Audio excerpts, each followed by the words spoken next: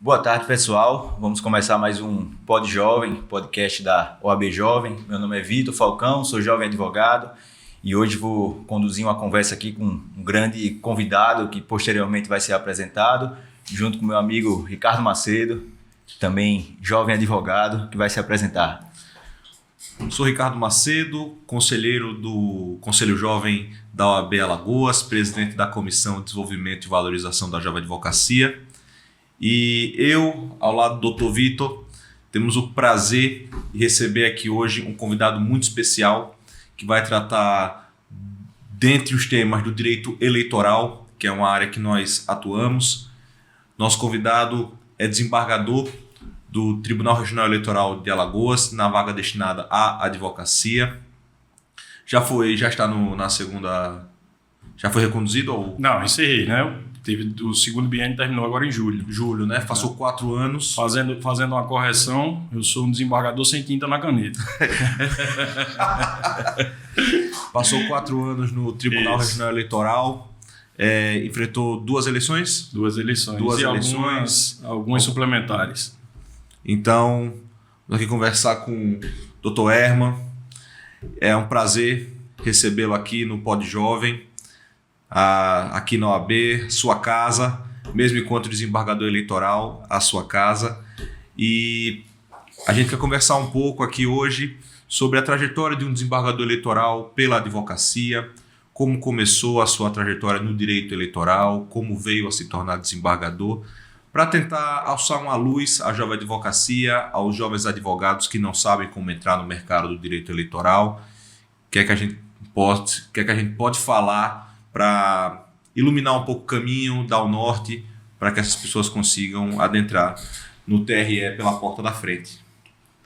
Bom, vamos começar do começo, né? Então, Herman, não vamos te apresentar, se apresente, conta aí pra gente um pouquinho da sua trajetória, que é inspiradora, e tá com a palavra. Hoje é para ouvir você, a gente vai só ouvir e aprender.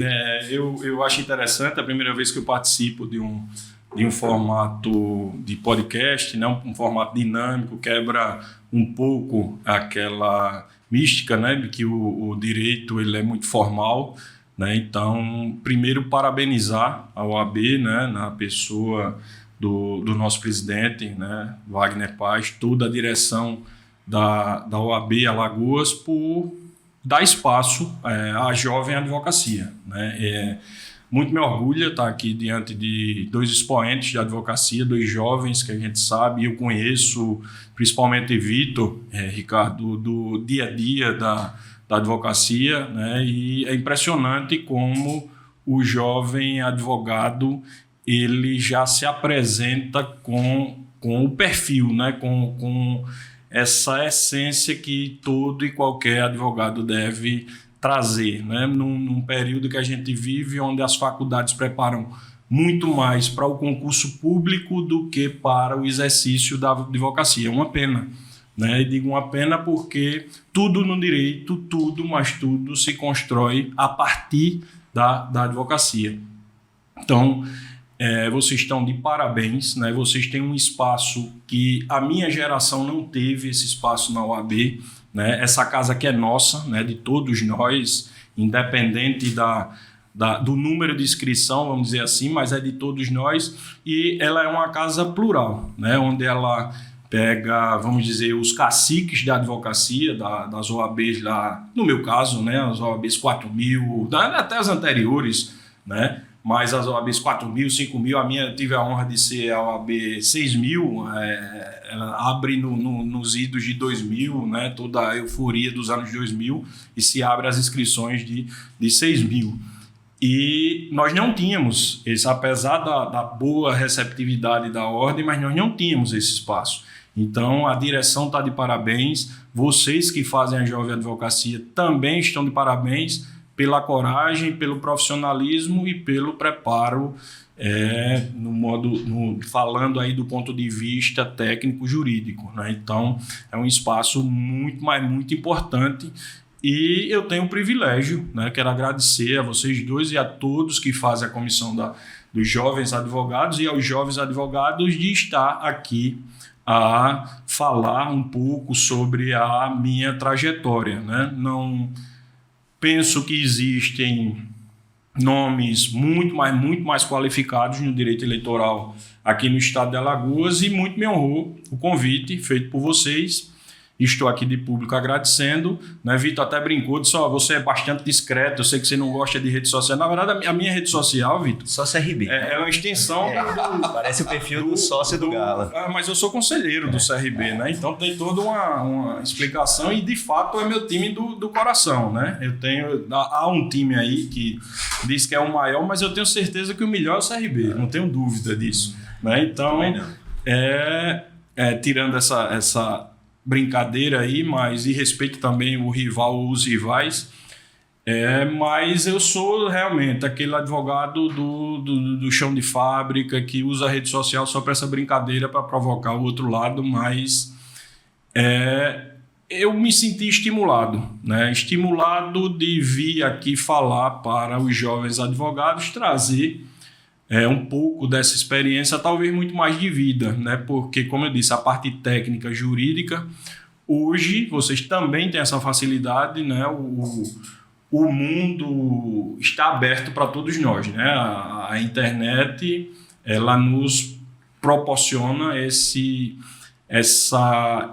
volume de conhecimentos que hoje a gente tem que filtrar muito mais, né? Porque senão a gente não consegue absorver e se especializar, vamos dizer assim, numa determinada área.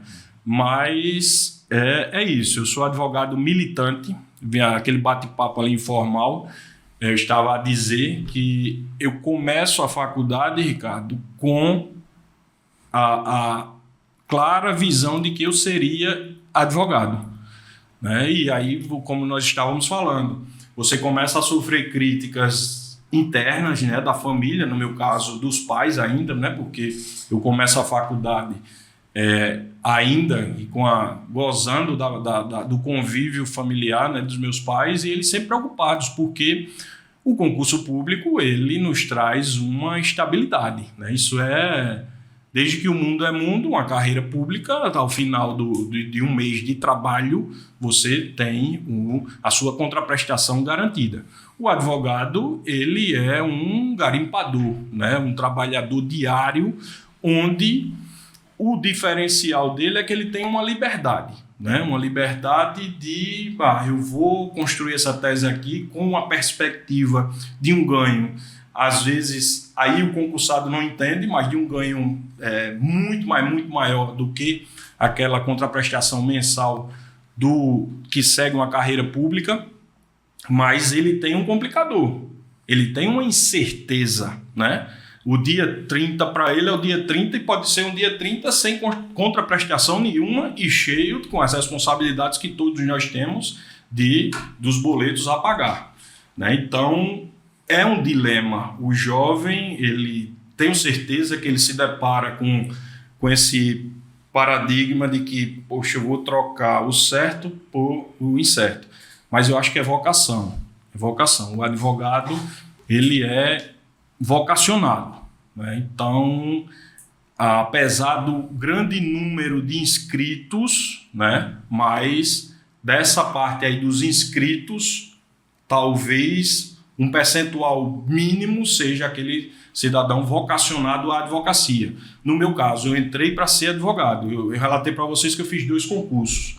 Um de procurador estadual, que eu achava interessante por haver essa possibilidade legal de advogar, e um outro para a Defensoria Pública, né?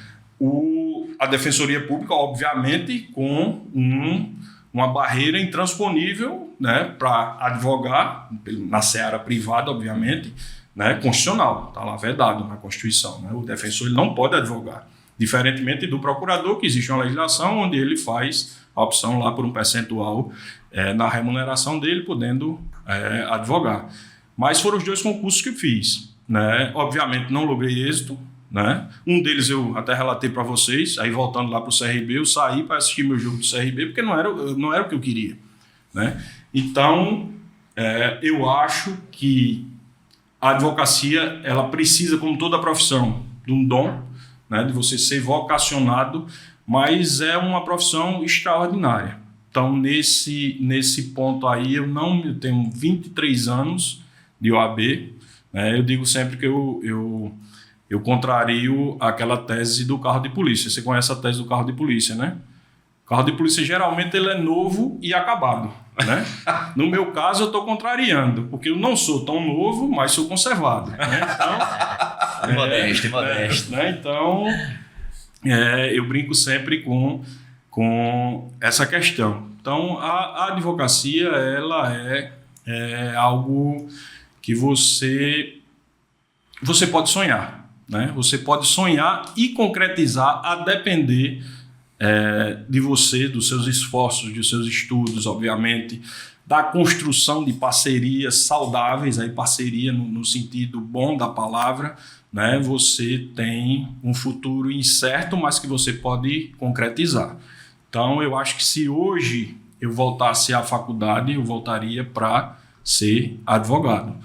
Né? E aí eu passo por uma série de etapas. No meu primeiro período de faculdade, eu recordo que eu queria ser vendedor de automóveis, com todo respeito aos vendedores de automóveis.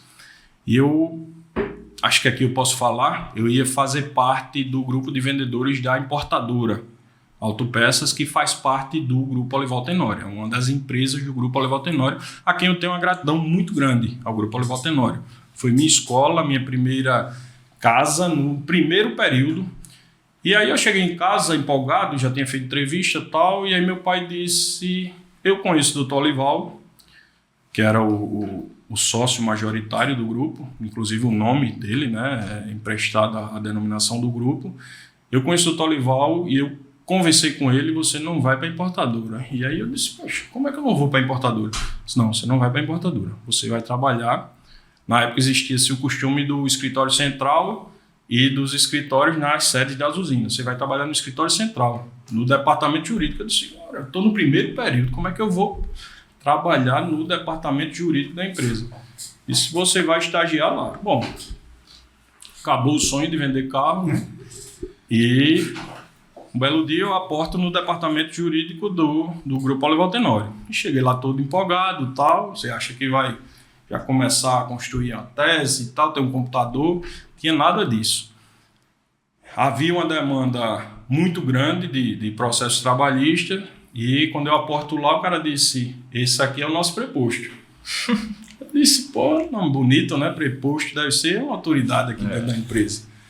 E aí o cidadão disse, na época existia, não sei hoje, não acompanho, mas na época o preposto ele não precisava apenas ter o conhecimento dos fatos. Ele precisava ser funcionário, ou seja, CTPS assinada. E aí eu tive a honra, né, de ter um contrato de trabalho firmado pelo Grupo Olival Tenório e aí comecei minha vida de preposto. E aí, para encurtar, a história é grande, é longa, eu acordava 4 horas da manhã, certo? As audiências aconteciam em Portugal e União dos Palmares, vezes em Água Preta, Pernambuco, né? Acho que a comarca lá era, no caso a JCJ na época, perdão, não era comarca, era em Palmares, e aí eu não tinha hora, meu amigo. Mas eu não tinha hora, Ricardo, também não tinha carro, certo? A usina não fornecia um carro com motorista, nada. E eu tinha que acordar religiosamente às 4 horas da manhã, com tudo preparado, os autos eram físicos, eu tinha que levar as contestações, obviamente, elaboradas, pelo menos nesse início, pelos advogados, toda a documentação e ir para as audiências, auxiliar os advogados que lá já estavam a esperar o famoso preposto, né? E a coisa era nessa dinâmica. Eu ia para Porto Calvo, ou às vezes para a União Água Preta, enfim, retornava, e isso eram audiências todos os dias. Eu tinha que preparar tudo e à noite ir para a faculdade. Eu cursava, e aí só um parênteses, na época eu passei na UFAL, no noturno e no SESMAC, só que havia um período de extensa greve na UFAL, e aí me ocorreu que eu disse, não, vou fazer a particular, no SESMAC, porque eu tenho a certeza de que daqui a tanto tempo eu termino. E assim fiz, mas eu saía direto, meu amigo, da audiência ou do próprio escritório central, preparando a documentação para a faculdade. E eu tinha que estudar, terminava a aula 10, eu tinha que estudar à noite, porque durante o dia eu não tinha tempo. Né? Então, é interessante porque às vezes você já vê um advogado bem sucedido e tal e acha que tudo, Ricardo, é mil maravilhas, e não é. Você tem que ralar e ralar muito, né? A gente só depende dos nossos esforços, né? Isso é uma coisa que eu deixo para a Jovem Advocacia. Então, o momento de sacrificar o sono e benefício, e eu agradeço até hoje a meu pai o fato de eu não ter sido, e volto a dizer, com todo o respeito aos qualquer profissão, mas o fato de eu não ter ido vender carros, fazer parte do seleto grupo de vendedores da importadora, porque eu iria ganhar as minhas comissões, obviamente, e talvez eu relaxasse. E eu comecei nessa de preposto, ralando e tendo que estudar de madrugada, e a coisa foi evoluindo. Chegou-se ao ponto de... E aí, era organizar arquivo, enfim, tudo que vocês já passaram, né? Como o estagiário, né? O estagiário chega lá... Tem um fato interessante também. Um belo dia aparece um container, né? Era um processo físico. Você diz, pô, que legal esse container. Aí tinha o chefe do escritório, né? O chefe do escritório disse, gostou? Eu disse, gostei. Ele fez, a partir da manhã, pode assumir o posto. Meu amigo, tinha que sair. Aqueles arquivos de 4 gavetas de metal para organizar nesse bonitinho lá, que abria aqui, você rodava lá, o bicho abria uma parte, articulado, né? Abria uma parte e outra. E aí, meu amigo, de A a Z naquele container lindo. Lindo. E do lado obviamente, uma máquina fotocopiadora da mais moderna que tinha. Então era operando aqui, ajeitando a pasta e arquivo. E assim foi. Né? Tinha dia, se você me perguntar, poxa, que história de vida, mas tinha dia, meu amigo, que eu ia às lágrimas. Eu disse, poxa, será que é isso mesmo? Você imagine, você acostumado a termina colégio e tal, o pai vai buscar, não sei o quê, 4 horas da manhã você na porta da rodoviária pegando o ônibus, indo com horário de audiência. Isso aí já começa as lições do jurídico lá. Você não pode perder o horário da audiência, né? Os 15 minutos de tolerância, né? E assim era a minha semana. Final de semana eu estava morto, acabado, né? Mas essa historinha que eu estou contando, ela serviu para que, primeiro, nada na vida de todo ser humano, mas do advogado ele vem com facilidade. Quem pensa dessa forma,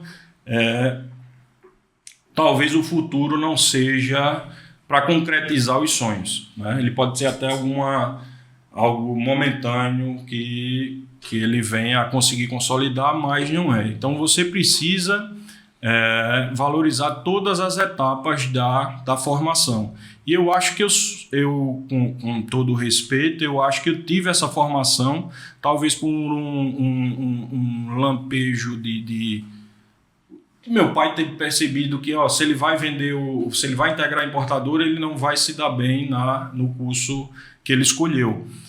E eu agradeço todo dia a ele, ao grupo Olival Tenório, esse aprendizado. Trabalhei com, já se foi, doutor José Ailton, era um advogado da região lá de Porto Calvo, Gustavo Ritischi, conheci Luciano Mata, eleitoralista, através, era sócio de Gustavo, enfim. E teve um personagem que me marcou, né? Alguns personagens me marcaram, mas esse me chamou a atenção. Hoje ele é desembargador no Tribunal Regional do Trabalho, pernambucano, Laerte Neves. Ele percebeu todo esse meu esforço e um belo dia ele disse, obviamente, eu disse para ele, doutor Laerte, eu estou a começar a dedilhar, vamos dizer assim, algumas peças, né? E, obviamente, a partir do trânsito em julgado, ir ao tribunal, voltou o trânsito em julgado, o senhor poderia fazer passar o seu olho crítico na peça, obviamente? Ele disse, não tem problema nenhum. Julguei, transitou em julgado, aqui para mim ele passa a ser o processo público, obviamente, e aí ele começou a, não que os advogados não fizessem isso, mas também passar ao lado do magistrado, o lado crítico, mas o crítico no sentido de ensinar um curioso, um estudante de direito.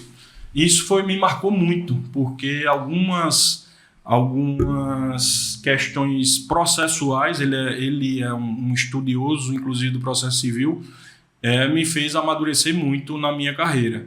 Então, essa passagem da minha vida, e aí eu cito aqui porque a gente está falando para a jovem advocacia, ela foi muito importante, né? Muito sacrifício. Sim, tem um detalhe. Depois que o grupo levou uma revelia, eles colocaram um carro, viu? Para levar o preposto, porque o prejuízo foi grande. Mas, enfim, pelo menos serviu de alerta, porque até isso o empresário, e aqui fica também uma dica para o empresário, às vezes ele economiza muito, ele acha que o jurídico é uma despesa, mas não é. Né? Então, você tem que aparelhar o departamento jurídico. Então, essa minha passagem no Grupo Olival Tenório, ele construiu realmente uma base, uma experiência muito boa que eu trago até hoje na advocacia. E aí formei, saí do Grupo Olival Tenório, existia um quadro de bons advogados, conheci já na faculdade, acho que no 8º, 9º período, já encontro mais 2, vou dizer, malucos que queriam advogar, Denaci e Eduardo. E aí disse, rapaz, vamos montar um escritório e tal. O doutor Denaci tinha uma salinha no Delmiro Gouveia, e aí emprestou, lógico, a gente não tinha condição nenhuma. E aí fomos para o Delmiro Gouveia, montamos uma sala, e aí tem uma passagem interessante do Delmiro Gouveia. Pintamos a porta de preto, eu fiz até alusão a essa porta, porque foi uma coincidência interessante. A porta vocês conhecem, a porta do plenário do TRE, ela é escura. E, coincidentemente, eu chego no tribunal, sou recepcionado pelo Eduardo Lopes, que foi meu sócio. Eu disse, rapaz, esse negócio de porta escura persegue a gente. E aí todo mundo só chamava os advogados da porta preta, né? Tem um homem da capa preta, tem um advogado da porta preta. E era no 8º andar, salvo engano, sala 805. E ao final do corredor, tinha o escritório do doutor George Sarmento e do Camargo, que advogam para sindicatos, enfim, precatórios mil e tal. E na época o nosso telefone era o cabo aqui, né? Eu chegava aqui e dizia, a sala 805 é aqui. Tu ligava aqui, a sala do Dr. George, no seu número, ligava aqui. Eu acho que na hora que o cidadão foi instalar o telefone, Vitor, o cara instalou o nosso telefone na sala do Dr. George, que tinha um volume incalculável de clientes, e o nosso na sala deles, e o dele está na nossa sala, né? Meu amigo, ele não tinha secretária, era aquele famoso escritório do cara que está começando, uma mesa aqui do lado da outra, uma recepçãozinha e tal, e de madeira, o fax, né? Na época tinha um fax e tal, um computador para dividir, e meu amigo, toma o telefone. Aí corria um, corria outro, era pequeno espaço, mas corria, né? Pegava aqui, engano. Um belo dia, o Dr. George subia o elevador conosco, contando as histórias dele. O Dr. George tinha sido procurador, desistiu, até o que a gente estava falando ali, que no meio do caminho, aquele que tem a vocação para a advocacia, ele desiste e parte para a luta, para o dia a dia da advocacia. E aí, um belo dia, chega o sócio dele, Camargo. Aí, bate na porta, tô lá sozinho, seu cliente, né? Mas não era o vizinho. Aí chega Camargo e diz, doutor, o sotaque lá dele, acho que é paulista, não sei, enfim, do sul. Doutor, desculpa a curiosidade, mas o telefone de vocês toca pra caramba. O da gente tocava e depois que vocês pintaram a porta de preto aqui, parou de tocar. Eu não sou supersticioso, mas tá havendo algum problema? Eu disse, doutor, problema eu não sei. Eu sei que ele toca bastante, agora engano, sempre engano. Ele disse, rapaz, tem alguma coisa errada. Aí foi quando descobrimos que na época a Telasa havia feito trocou as linhas. Aí é um fato lá do Delmiro Gouveia que nos chamou a atenção. Mas aí começamos com esse escritório, doutor Benedito Lopes, pai de Eduardo, que faleceu, um grande criminalista, atuava só no direito penal. E aí nós colocamos o doutor Benedito para assinar a petição de trabalho e tal, enfim. E tocamos o escritório. Terminamos a OAB e tocamos o barco com o LMS Advocacia da Porta Preta. E era full service, tudo que apareceu, até briga de vizinho a gente estava resolvendo, até problema de telefone a gente estava resolvendo. Né? Então, e já podia ser, a gente até ofereceu, doutor George, só, eu achei a doação aí, né, da concessionária, né, de quantos clientes o senhor não perdeu, e assim foi. Mas começamos, jovens advogados, né, e a luta diária é difícil, né, você começa a ter despesas, né, tirar, sabe-se lá de onde, mas tocamos, Denacy sempre muito criterioso nas questões processuais, e um belo dia, através do doutor Denacy, pai, o doutor Denacy só advogava para banco, através do doutor Denacy pai, aporta um hospital do Rio de Janeiro. Através dos conhecimentos dele, procurou o doutor Denacy, processo, na época, mais do que interessante, não vou falar, obviamente, em valores, até pela questão da depreciação da moeda na época, mas bem interessante. O doutor Denacy disse, rapaz, eu não atuo, mas eu tenho uma turma aí de maluco. Eu vou, se você me permitir, vamos fazer uma procuração, os meninos vão queimar a pestana nesse processo. Se tiver alguma brecha, bom, isso era uma quinta-feira, retiramos lá o processo. Magistrado, doutor Paulo Roberto de Oliveira Lima, exímio processualista, desembargador federal, tiramos o danado do processo, todo mundo lá empolgado no escritório, ninguém dormiu. Denacy chega lá um dia e diz, rapaz, descobriu a nulidade no processo. E eu acho que tem uma prescrição aqui. E era um caso envolvia a Siemens, um hospital, era a instituição Mário Cruyff, e um cidadão que, para a infelicidade dele, através de um tratamento de radioterapia, a máquina me parece estava descalibrada, enfim, ele teve um problema que acabou decorrendo, ao invés de curar, ele perdeu um membro, por conta da incidência fora dos padrões desse aparelho. Enfim, aí começou, né? Aí Denacy, o processualista nato, aí descobriu, aí passa para um, passa para outro, disse, rapaz, está prescrito. Disse, e agora? Disse, agora vamos requerer. Requerimentozinho, despachar com o magistrado. Né? Função importantíssima, né? Porque a gente estava também conversando aqui. Uhum. Vamos despachar com o magistrado. Terno. Sim, até vou pedir desculpa, né? Vim apaisando aqui, os jovens advogados dando exemplo, porque segundo o doutor Denacy, todo advogado tem que acordar já com terno.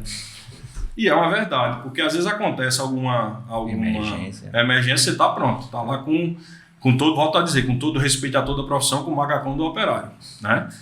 E partimos para a Justiça Federal.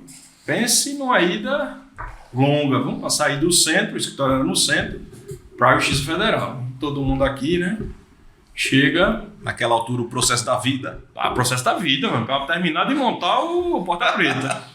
E aí, Ricardo, a gente chega lá, o diretor disse, pois não, sempre quer tratar sobre esse processo aqui. Nós viemos entrada nessa petição e nós queremos falar com o magistrado. Aí o cara fez, vocês têm certeza que vocês querem falar com o magistrado? Um olhou para o outro e disse, temos. Disse, tudo bem, então aguardo. O Paulo, figura extraordinária, conhecimento, né, que não se questiona, e de uma receptividade, enxergando, e aí volto a dizer, as agruras do jovem advogado, né? Ele nos recebe, me lembro até hoje, disse 3 advogados, né? Terno, todos novos, nó de gravata mal feita. A época da moda era 007, né? Aquela maleta que abria aqui e tal, e todo mundo tinha que ter uma maleta. O advogado, né, começou, tinha uma maleta daquela. Cada um com a sua pasta, ó. E o papel na mão aqui, né? Tremendo, né? Aí ele disse, boa coisa não é. Aí começamos a explicar, ele disse, fale um de cada vez. Aí pá. Ele olhou, isso era, eu acho que uma segunda-feira. Ele disse, vocês têm certeza do que vocês estão me apresentando? Inclusive já está nos autos. Aí ele... Na época vigorava não o código atual, né, o famoso artigo 10, tinha que abrir vista para outra parte, né, sobretudo numa questão delicada dessa de nulidade, mas ele olhou e disse, eu vou analisar. Agora é aquela mesma história, estou cheio de processo aqui, vocês estão trazendo uma questão mais do que interessante do ponto de vista processual. Mas eu espero que vocês tenham certeza do que vocês estão a defender. E aí, não, a gente tem certeza. De fato, tínhamos feito uma verdadeira... passado um pente fino no processo. E aí, toca o barco. Está na mão do magistrado, né? E aí, imagine, não dormimos, né? Uma semana, rapaz, e aí? Pela demora e tal, a gente vai levar na cabeça e tal. Bom, belo dia, decisãozinha lá, nulo. Aí pronto. Aí começou a animar a advocacia, né? Aí monta o restante do escritório e tal. Tocamos foi um hospital lá no Rio. Rapaz, realmente, doutor, você arrumou 3 malucos aí que solucionou a vida da gente. Infelizmente, para outra parte, né?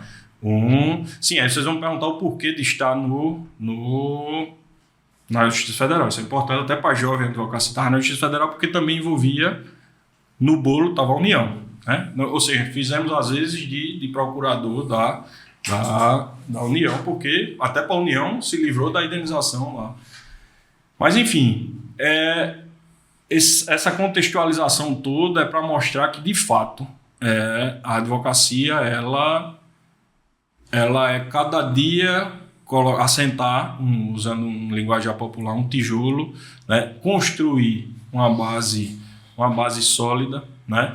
Não tem os empurrões, os bons empurrões da vida. Esse foi o Dr. Denacy, saudoso Dr. Denacy, também uma figura muito importante. Aprendi muito porque depois nós fechamos a Porta Preta e fomos trabalhar no escritório do Dr. Denacy, que trabalhava exclusivamente na Rua era localizado na Rua do Sol, a famosa Rua dos Bancos. Nós trabalhávamos exclusivamente para bancos. Você imaginar, dos maiores bancos, na época não tinha essa facilidade de São Paulo, você está advogado, a virtualização dos processos, existia-se uma base jurídica muito forte nos estados locais. O Dr. Denacy era um dos advogados talvez mais respeitados na seara do direito bancário. E também foi um período de muito aprendizado, né? Difícil, mas de muito aprendizado. Né? Você imagina, minhas tardes eram no fórum, despachando com o magistrado. Na época, se trabalhava muito com busca e apreensão, conversando com o oficial de justiça, existia a figura dos localizadores, e fora as defesas e recursos que, aos poucos, com a confiança, com a experiência que vai aportando, né, vai chegando para o advogado, nós conseguimos ir também galgando no próprio escritório e subindo de função, né? E a chegar ao ponto de estar responsável, juntamente com o Denacy e com o Eduardo, por todas as contestações e recursos divididos, obviamente, por clientes. Mas foi uma experiência muito boa, né?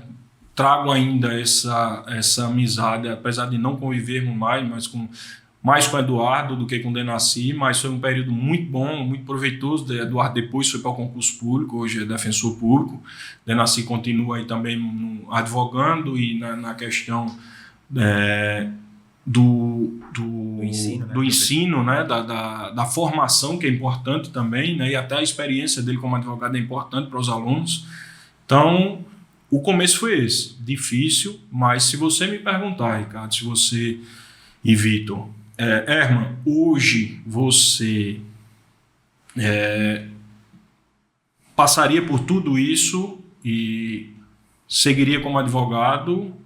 Eu sigo como advogado, a minha resposta é essa, eu sigo como advogado. Então, eu nunca na minha vida pensei, salvo esses 2 concursos que eu relatei para vocês, eu pensei em outra carreira, senão a advocacia. Eu sou muito grato.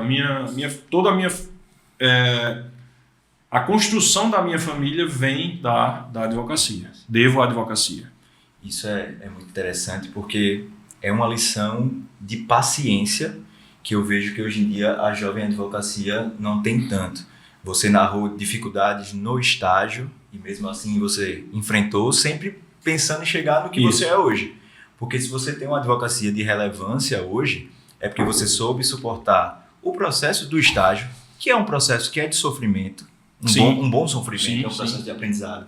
Soube suportar o início da advocacia, que como você falou, é um escritóriozinho simples, torcer para aparecer alguma coisa, e aí vai chegando, e aí você vai crescendo, e hoje você chegou onde chegou porque soube suportar esse processo, né? E até complementando isso, hoje em dia, quando um bacharel em Direito sai da faculdade, ele se divide entre concurso público e advocacia. Para o concurso público, há a paciência de, às vezes, passa 5, 10 anos estudando para atingir o seu objetivo. Mas na advocacia, há a impressão de que você vai começar a advogar e no outro dia já vai começar a ganhar dinheiro, e é o mesmo jogo de paciência. A diferença entre a advocacia e o concurso público não é a questão da estabilidade ou não, é o perfil. Tem pessoas que têm um perfil mais voltado à magistratura, ao Ministério Público, e algumas pessoas à advocacia. Mas a paciência é a mesma. Ambos são construções de carreiras, carreiras tradicionais, complexas, e que naturalmente requer um tempo, né? E difíceis. Veja só, quando eu me refiro à questão dessa minha paixão, dessa minha vocação pela advocacia, as agruras, as dificuldades, aí você bem relatou, da questão do concurso, não é fácil. Né? Você abrir mão de tudo e por uma questão incerta, né? Porque você não tem garantia de aprovação, né? Você tem que passar a ser um estudante profissional, né? O foco é muito grande e quando você assume, você também assume sem experiência nenhuma. A mesma dificuldade, o tremer. Eu tenho certeza que o integrante do Ministério Público, o defensor público, o magistrado, ele sofre. Ele sofre por quê? Porque são profissões, carreiras, vamos dizer assim, que necessitam de experiência de vida, né? E aí você não tem experiência de vida, só se adquire, é redundante, mas vivendo. Né? Então, tudo isso todas as carreiras nessa área nossa, né? Nessa área jurídica, elas são, cada um tem sua peculiaridade e suas dificuldades. Né? Aqui, quando eu falo, e obviamente eu defendo a advocacia, a paixão pela advocacia, porque eu sou um apaixonado pela advocacia e porque estou falando para jovens advogados. Né? E eu vivo até um dilema na minha casa, porque a minha filha mais nova, ela vai para o 3º ano e ela passou pela a indecisão que todo jovem tem da odontologia. Meu pai é dentista aposentado, odontólogo, e ficou super feliz quando ela noticiou ao avô que iria fazer odontologia. Mas eu tinha certeza que ainda era muito cedo, muito tênue a decisão que ela tomou. Mas ela migrou para o direito.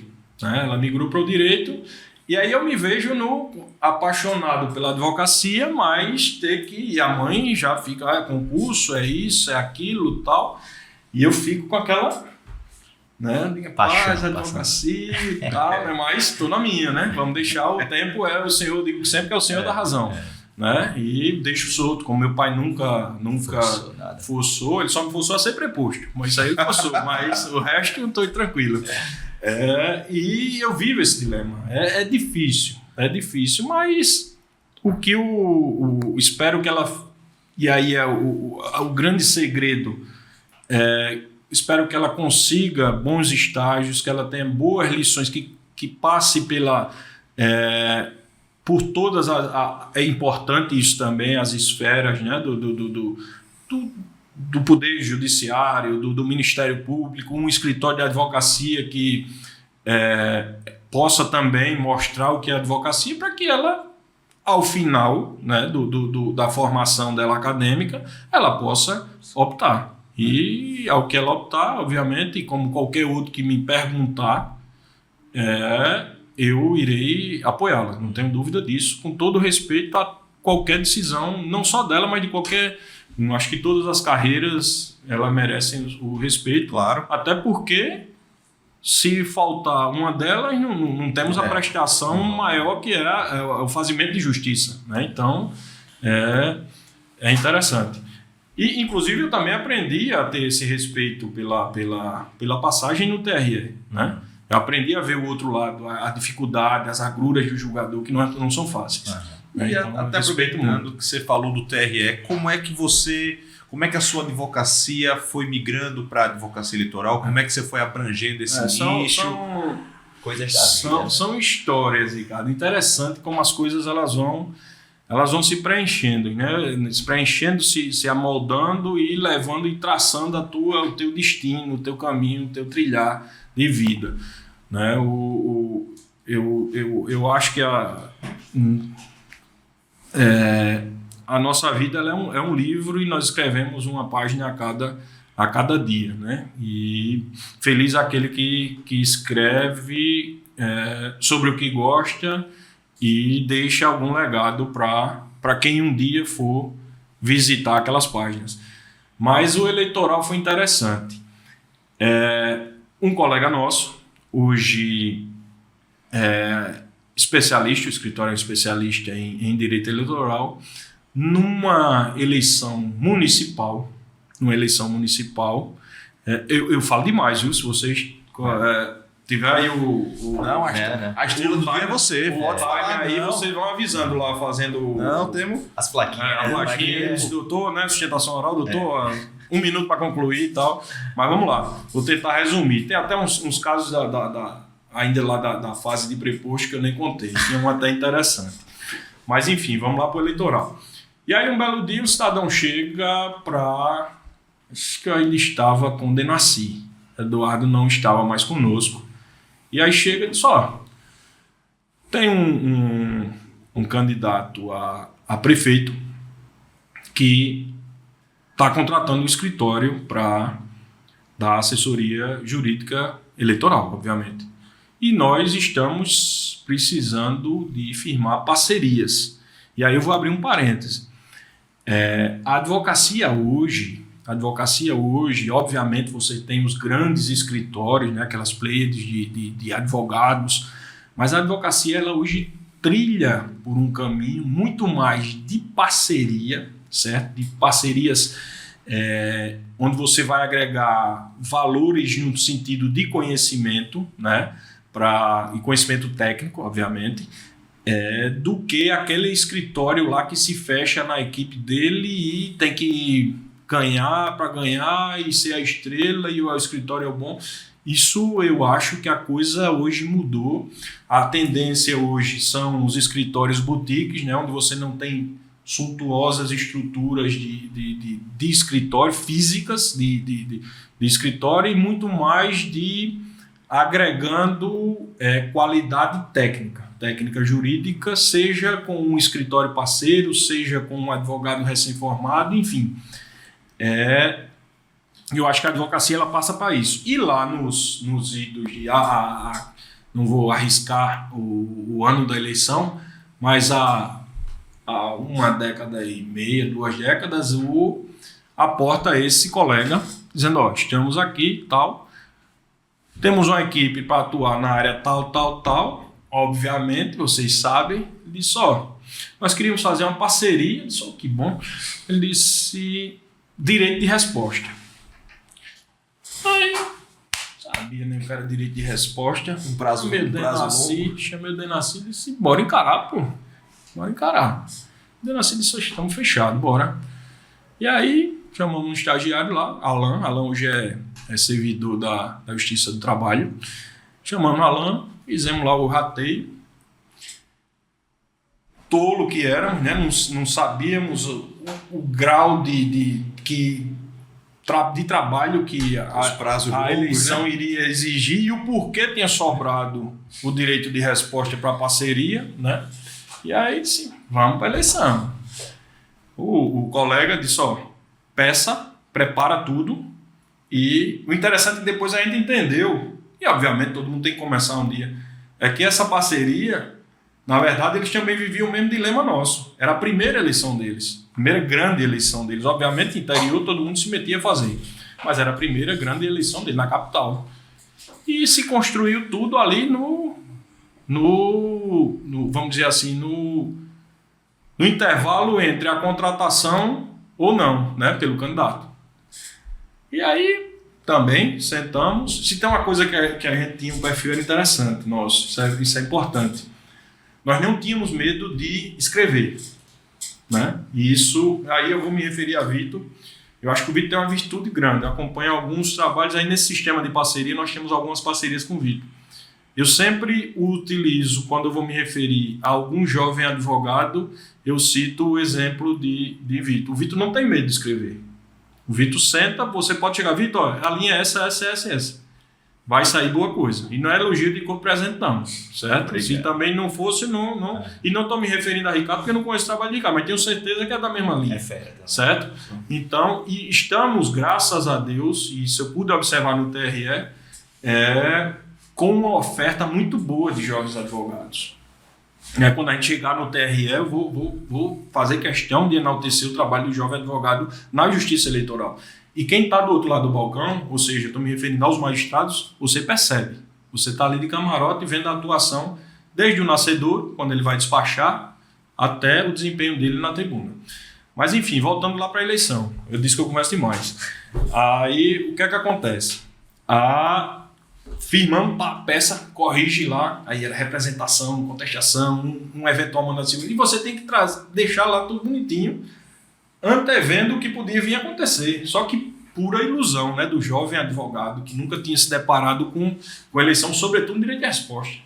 Direito de resposta hoje deve estar excelente, né? Porque hoje você tem, tirando obviamente das dificuldades, né, de se conseguir tolher impedir o que se acontece, a velocidade que se acontece as coisas nas redes sociais, mas na época se saía na tapa por meio segundo no guia eleitoral. Saía na tapa, literalmente. O jurídico tinha que trabalhar para tirar o cidadão, para colocar o candidato para falar. Porque 1 minuto na televisão era uma quantidade boa uma probabilidade boa de êxito ao final da eleição. Então o trabalho era árduo. Mas aí fizemos, e aí o parceiro obviamente saiu, e aí, quanto? Né?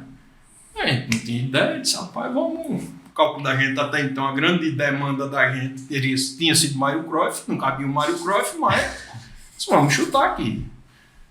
O parceiro aceitou tão rápido, eu disse, nasci, eu passo rápido, danado. E a gente caiu na besteira de esquecer do segundo turno.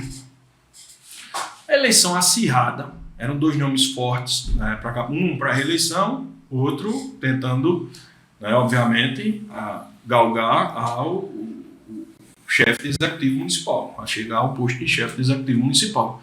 E, meu amigo, a eleição começou. Pau. Do outro lado, estava nada menos do que nosso professor, e posso dizer que foi meu professor, e aí passo mais um corte, me permitam, que a faculdade era a única, hoje não, acho que tem outra faculdade, mas a única faculdade que ofertava, apesar de sem vamos dizer assim, sem um prazo maior, pelo menos uns 2 períodos de direito eleitoral, era o SESMAC.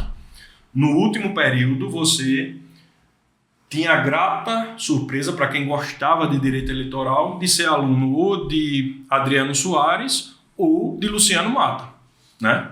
Eu não sei como terminava a aula de Luciano Mata, porque se eu estou falando aqui que eu exagero na fala, Luciano 10 vezes mais, né?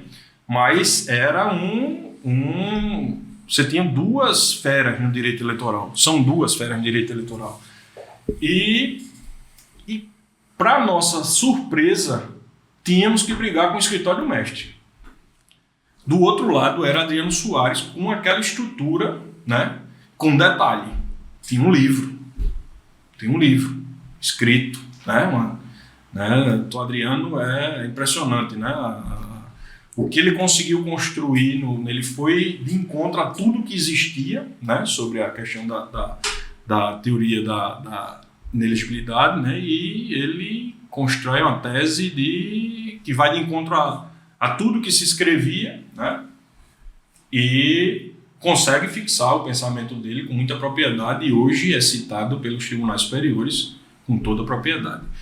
Mas, enfim, você imagine, né, brigar com toda a experiência, o arcabouço do Dr. Adriano. E começamos e aí a coisa fervendo. Eu até hoje reconheço o alarme da moto que chegava os processos físicos, né? Então, a moto do boy que nós contratamos, eu morava no primeiro andar, no apartamento que eu morava no primeiro andar, eu pulava da cama quando o cidadão chegava na moto de tipo, o serviço. E aí, voltando lá a gente entrou na história de que hoje é mais fácil e tal, era um videocassete, meu amigo, uma televisão, você tinha que assistir, além de assistir o programa, chegava a gravação e até gravação, né? E aí tinha que analisar, meu amigo, e pau. E chegou um momento nessa eleição que foi interessante. Isso aí, sem corte, mas não é para servir de lição para jovem advogado nenhum.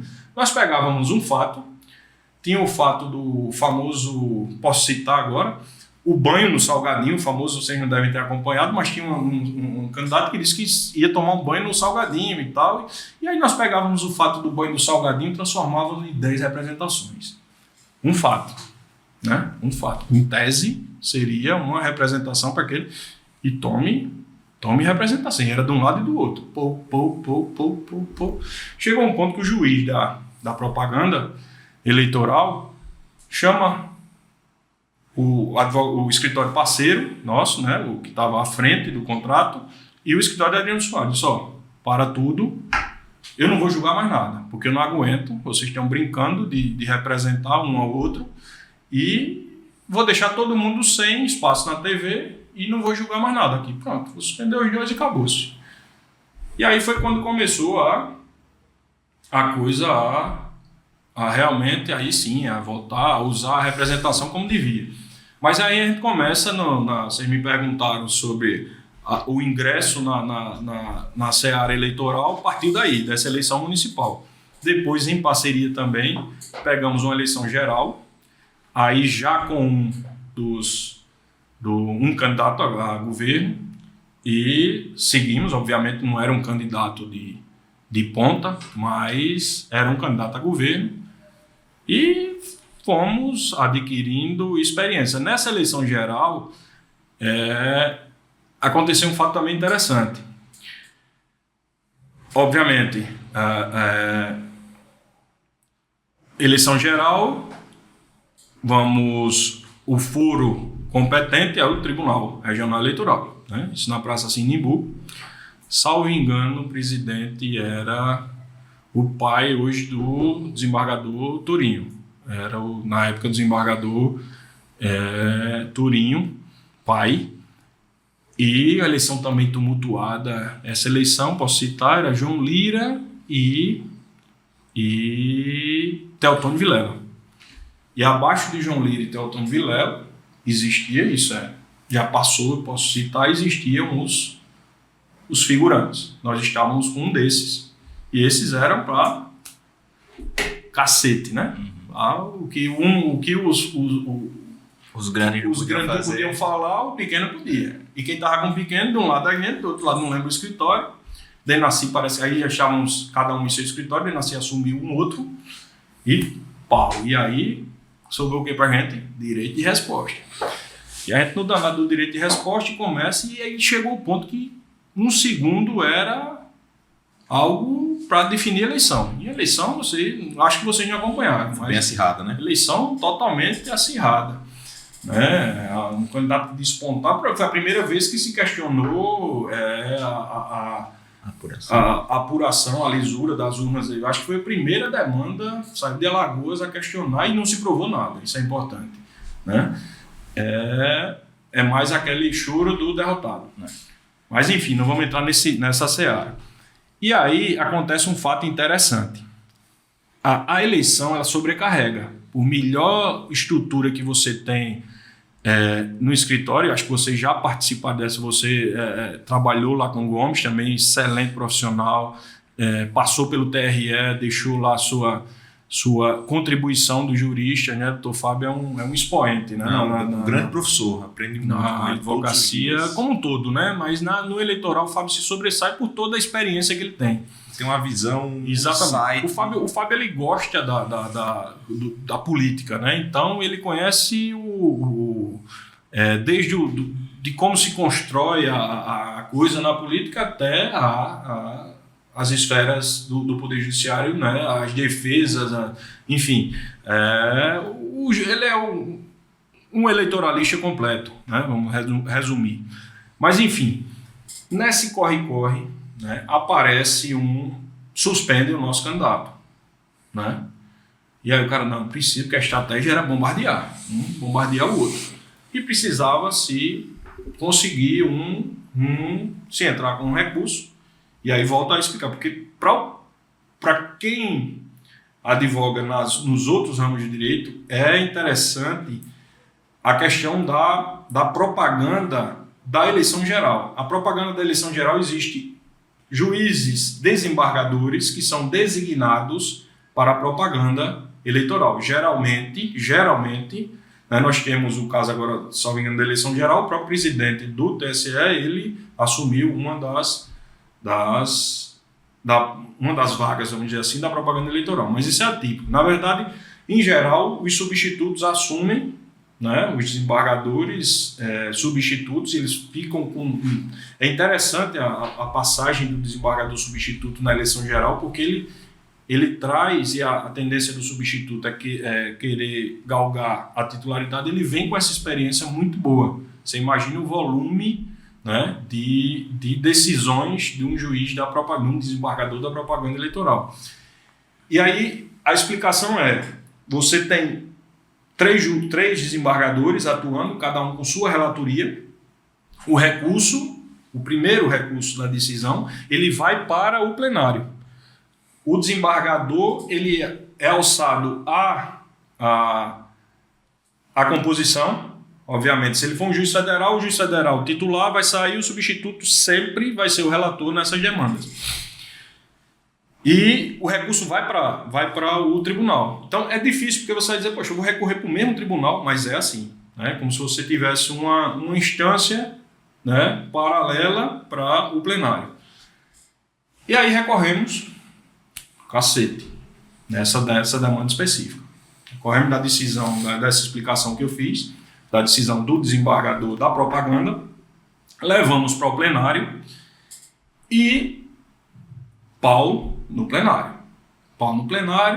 Corre danado, tem que suspender, perdendo uma quantidade grande de minutos, né, de tempo de televisão, que era importantíssimo, ainda nessa eleição era importante, e aí recurso para obviamente, o presidente da casa, para o presidente da casa, fazer o juízo de admissibilidade, normal, processo. E subir para o TSE. Vou botar entre aspas, que se denominava a cautelar, a pretensão de emprestar efeito só devolutivo, um efeito suspensivo daquele recurso, obviamente, protocolizava no TRE, cautelar no TSE. E aí, acredito ou não, não é acredito ou não, nós protocolizamos no corre-corre, recurso no TRE e cautelar no TRE, presidência. Para grata ou para infelicidade nossa, presidente, na época, Tourinho, acho que era Tourinho, não posso estar equivocado. Mas enfim, o presidente do TRE deferiu. Equivocado também, induzido ao erro pelos advogados, claro. E aí sai aquele furdunço, tal, confusão, o pessoal do escritório, não pode, absurdo, como é que sai um efeito suspensivo na época do próprio presidente e tal, estou falando no cenário processual da época, viu? Não cabe, BBB, papapá, tá. Bom, eleição é tempo, né? Candidato a gente televisão, cacete. Com base na decisão, né? Aí, meu amigo, estou no escritório, telefone. Esse telefone nosso, não foi do doutor Jorge Guilherme. Aí ele, doutor, o presidente está convocando o senhor para bater um papo, né? E aí subi, eu desci. Era para Sinimbu, eu acho. Aí foi para Sinimbu, já imaginava o que era, né? E aí o cidadão olhou e disse, belo trabalho, parabéns. Aí eu disse, desembargador, o senhor me permite? Ele disse, não permito nada. a próxima representação para a OAB. Eu disse, desembargador, eu preciso explicar. O volume da eleição muito grande e realmente, quando era físico ainda, quando protocolizamos em vez de ir para o Tribunal Superior, protocolizamos aqui. Por infelicidade, o senhor decidiu. Aí sim, né? Aí não tinha nenhum, mas depois de deferido, meu amigo, mandei o cara falar. Eu ia fazer o quê? Eu disse, fale, o tribunal mandou, você fale. E aí, são as coisas que acontecem, mas isso aí que não sirva de lição. Realmente um equívoco, vamos dizer assim, do escritório, mas que ao final deu certo, né? A finalidade ela foi atingida por uma via transversa, vamos dizer assim, mas são os causos do eleitoral. E aí eu chego no eleitoral com essas duas eleições, né? De muito aprendizado, de muitos erros, obviamente, e tolo daquele que acha que o advogado um dia não vai cometer um equívoco. Torço para que o equívoco não seja... Existe algum tipo de recurso para repará-lo, mas todo e qualquer, seja o grande ou pequeno escritório, um dia ele vai ter a infelicidade de não se utilizar talvez da tese correta e tal. O que eu acho que não pode é a famosa preocupação de todo advogado, que é perder prazo.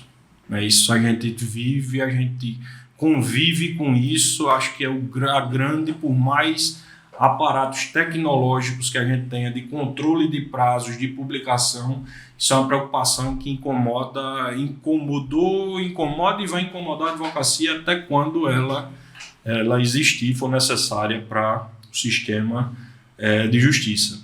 Então, o prazo é algo não dá para perder, que nos deixa sempre preocupados. Mas eu coloco o meu início na advocacia eleitoral foi dessa forma, com essas duas eleições, e o importante dessa nossa fala é mostrar que o direito eleitoral é muito dinâmico, que a eleição ela é muito rápida, sobretudo agora, né?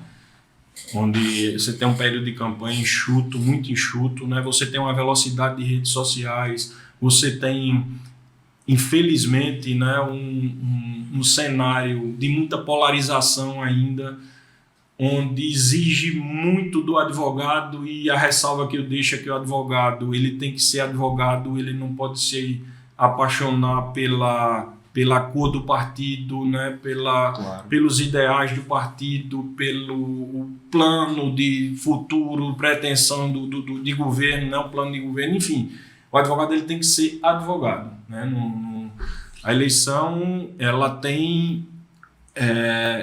uma eleição ela é construída com vários profissionais envolvidos, então o advogado ele tem que fazer o papel dele de jurista, né? de aconselhar dentro da legalidade, obviamente, né? E quando mistura o jurídico com político, com o amor, né? Com a paixão pela política, pela causa que está a se ofertar, né? Para o cidadão eleitor, ele fica meio que perde o sentido e perigoso, né? Perigoso. Mas eu acho que o direito eleitoral ele tem um espaço muito grande mesmo, sobretudo para a jovem advocacia. Só deixaria um conselho. Eu acho que a melhor forma do jovem advogado iniciar no direito eleitoral, por todo essas peculiaridades, né, processuais, né, por toda a necessidade de entender o que é uma eleição, que o jovem advogado ele comece firmando parcerias, que é o que a gente falou, que é o futuro da advocacia. Claro. É importante porque você vai começar a entender o que é uma campanha, o que é a atuação. Entrar no próprio circuito, né? Sim, assim, sem dúvida. É o que eu sempre digo, o prefeito atual de qualquer município ele não vai procurar um advogado, um jovem advogado que está começando e vai escolher. Ele vai buscar alguém que já tem uma experiência, um nome no mercado, porque vai gerir uma eleição, um jurídico de eleição. É uma responsabilidade muito grande. Então, de fato, você vai ali, digamos, comendo pelas beiradas, vai fazendo uma parceria, vai fazendo outra. E Herman, me tira uma dúvida agora, você foi desembargador eleitoral, como é que você chegou a essa posição e como foi para você como um advogado militante, agora, naquele momento, né? Estar no outro lado, como é que é a experiência, o que você pôde levar dessa experiência? A experiência ela é algo extraordinário, né? Eu digo isso, eu acho que eu tive o cuidado de, ao sair em julho, como eu relatei aqui no início, ao sair em julho eu tive o cuidado, porque tudo começa no Tribunal de Justiça, né? Você é basicamente uma campanha de quinto, né? De quinto, como aconteceu agora recente, que o desembargador Fábio Ferrari, também outro grande eleitoralista, é necessário se informar, que é uma eleição de quinto, obviamente não passa pela nossa casa, pela OAB, mas no tribunal você tem que fazer, tem que se apresentar, tem que levar o currículo.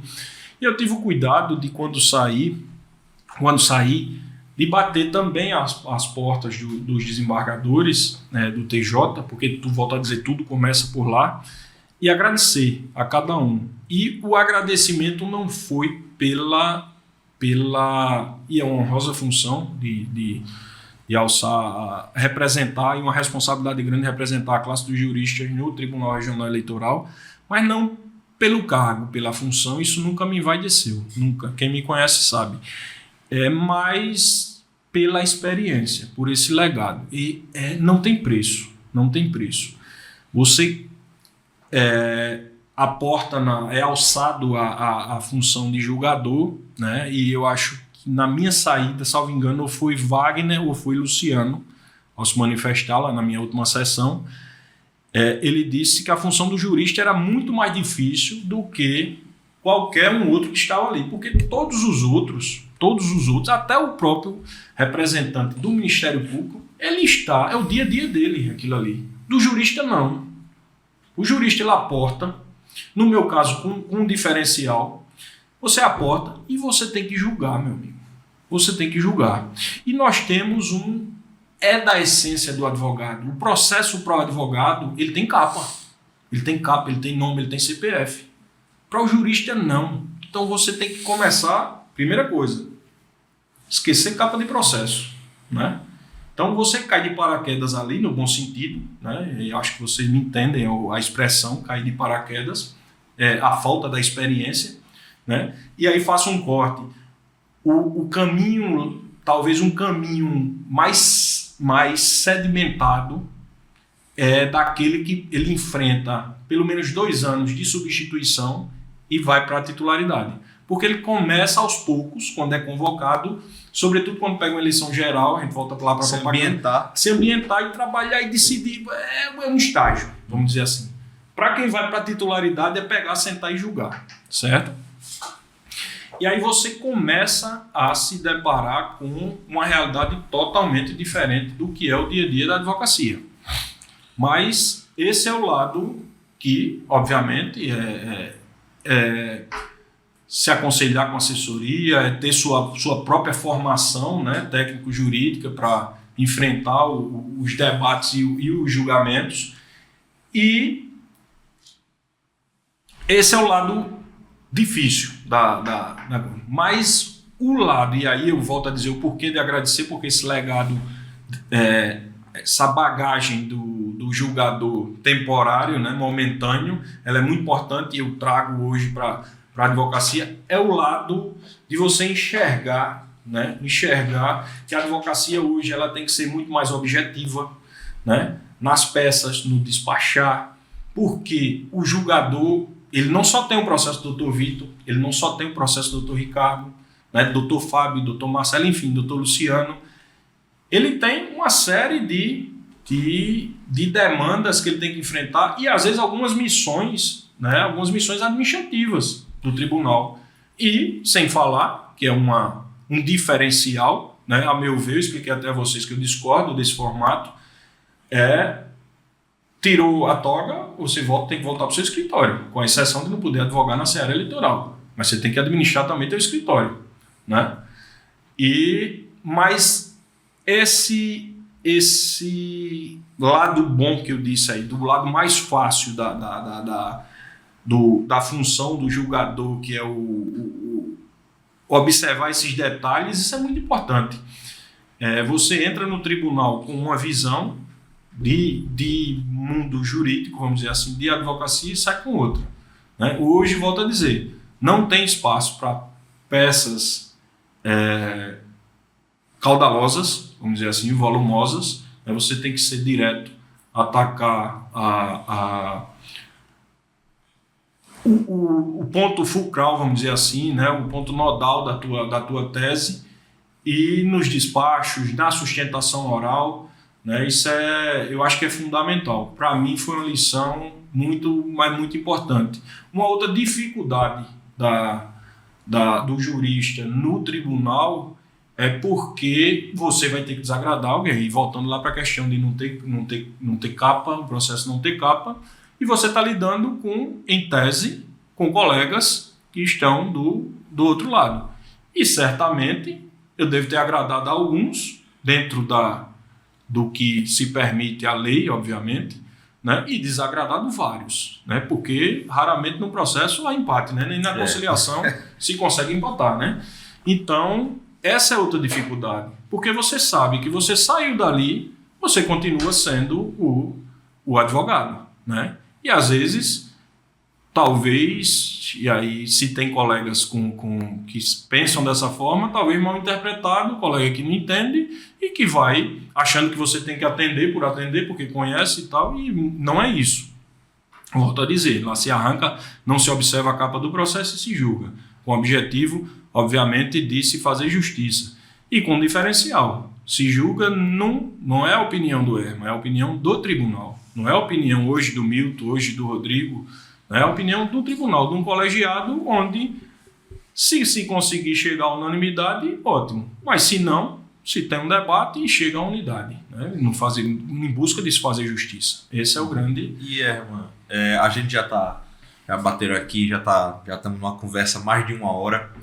Então, assim, qual o conselho que você, com toda a sua experiência, daria para o jovem advogado que está saindo da faculdade agora, que tem interesse em militar na seara eleitoral, para amadurecer essa atuação?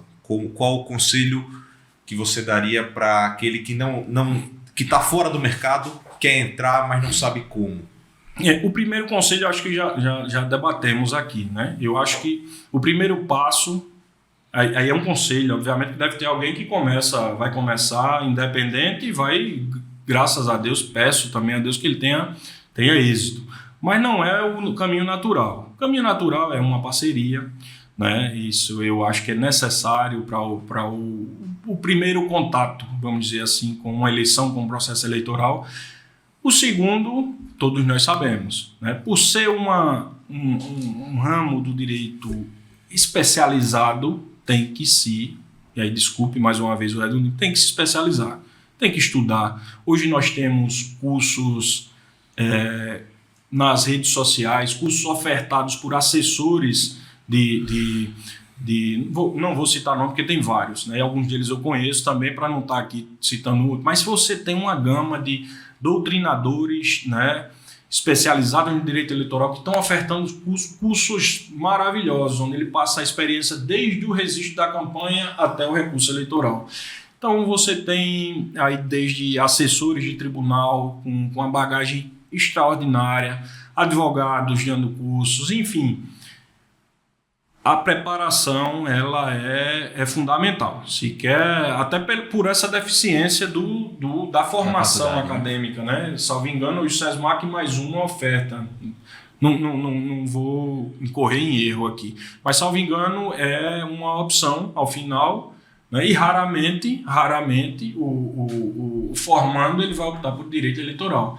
Por ter esse estigma de que o direito eleitoral ele tem grandes escritórios que absorvem toda a demanda. Não é bem assim. Eu citei, né, nessa longa fala, me perdoe, mas eu citei as parcerias que eu fiz lá no passado, né? E fiz parceria com grandes bancas de advocacia. Porque nem com a estrutura grandiosa que eles têm de mão de obra, de estrutura física, eles conseguiam absorver o volume, sobretudo na eleição geral. Então, espaço existe, né? Volto a dizer, tentar uma parceria, se preparar, talvez a ordem, Ricardo, seja até inversa, é se preparar e depois tentar a parceria, certo? Lógico, é evidente, né? Vamos ordenar essa questão, mas se preparar, né? Assistir às sessões hoje a gente tem um instrumento a transmissão das sessões, né?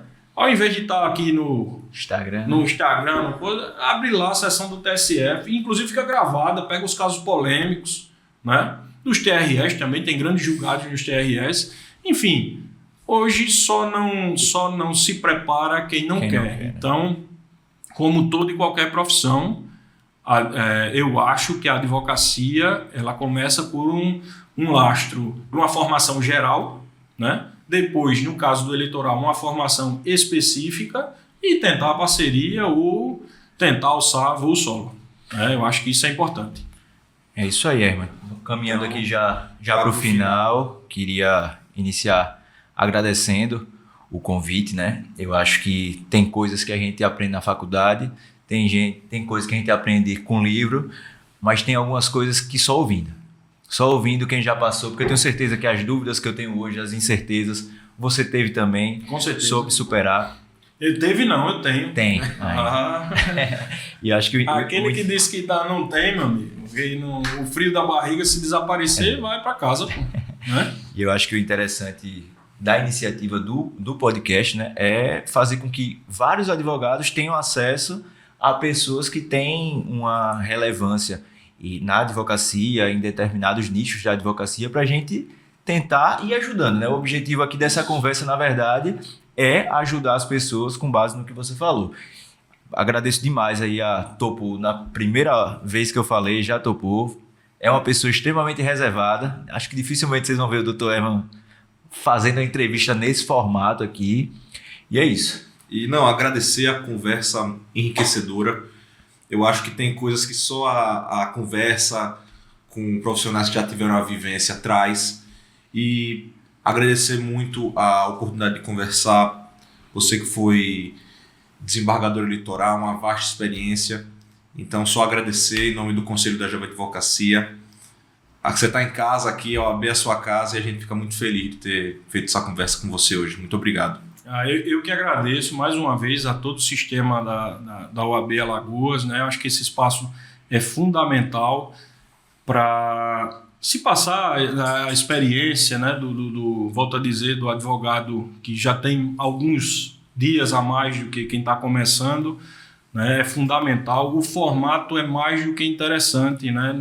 Quebra aquela estigma daquela entrevista, né, formal. Eu acho que esse espaço vocês estão de parabéns. Eu acho que tem muitos nomes aí que vocês podem trazer para incentivar a jovem advocacia. E volto a dizer, se preparem, estudem, que as coisas elas acontecem, né? Não queimem etapas, né? Não queimem etapas. Lembrem acho que o muito que eu falei, né?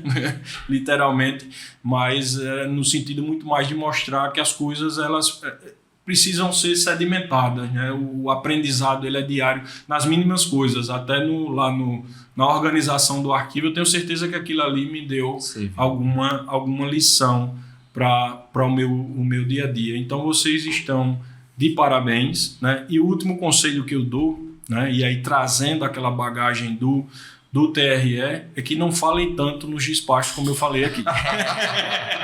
Valeu!